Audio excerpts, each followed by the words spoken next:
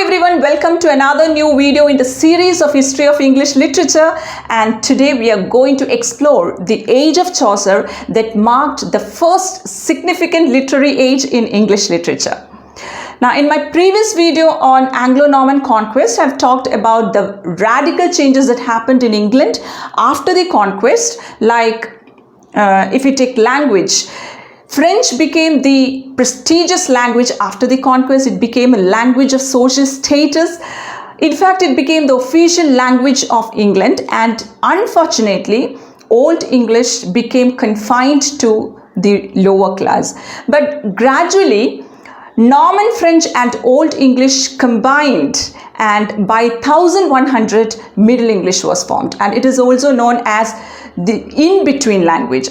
So we can say that Middle English dated roughly from 1100 to 1500. Now, Middle English period is divided into three phases. The first phase is from 1100 to 1350, which is the age before Chaucer or the Anglo Norman period, and second phase is from 1350 to 1400, which is the age of Chaucer, and the final phase, the third phase, spans from 1400 to 1500, which is the age after Chaucer or the age of revival. Now, as I pointed out earlier, by 1100, English had changed to a great extent, which means a new version of English appeared.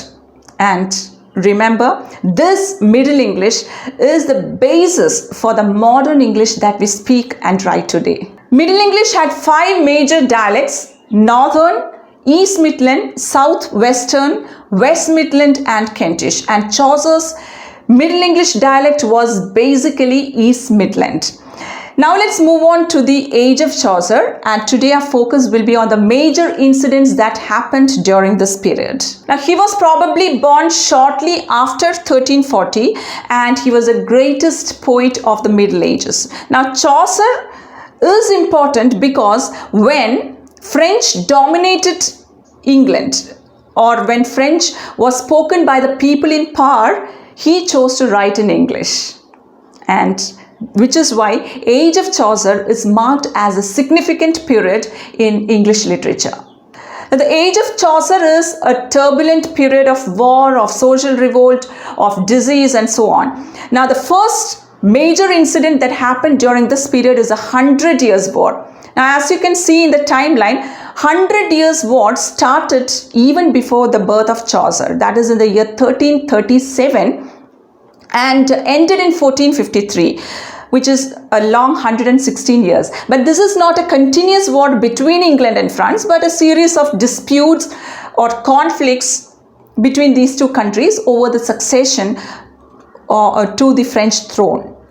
Next significant incident is the outbreak of plague, which is also called as the Black Death of 1348. And this bubonic plague is one of the devastating pandemics in human history. Now, up to 1/3 of the population died due to this disease, and it even reappeared in 1362, 67 and 1370. Now, let's check out the consequences of Black Death. Now, after Black Death, there was acute shortage of laborers, there was scarcity of food. Now, these laborers took advantage of the situations, and they demanded higher wages from landowners.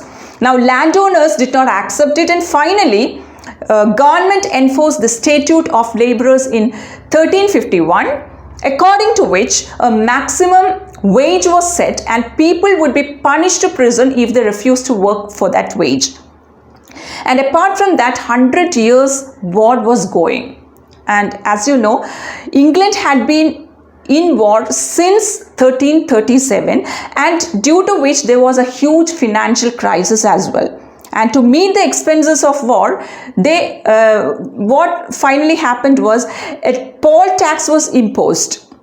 And unlike other taxes, this should be paid by landowners as well as peasants, which means even the working class had to pay the same amount as that of rich people. And for peasants or the working class, it was a heavy taxation. This prompted a violent revolt in 1381, which is called the Peasants Revolt, also called the VAT Taylor's Rebellion or the Great Uprising. And this Peasants Revolt was a failure because the peasants' demands were denied and many of them were executed. So these are the major and unfortunate events that occurred during the Age of Chaucer. Now have a look at the three kings who ruled during this period. First, we have Edward III, who reigned England from 1327 to 1377. Now after his death, it was Richard II who reigned England, that is in the year 1377, and in 1399 it was Henry IV who ruled England. So you can see that Chaucer died 1 year after Henry IV's succession, that is in the year 1400.